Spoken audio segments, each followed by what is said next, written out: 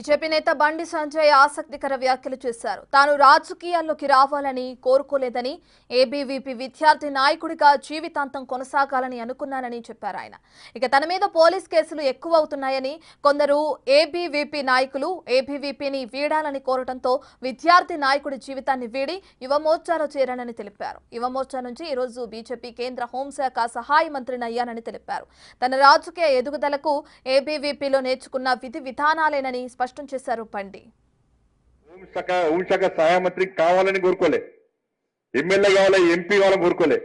నేను వాస్తవానికి రావద్దనుకున్నాను, రాజకీయంలోకి రావద్దనుకున్నాను.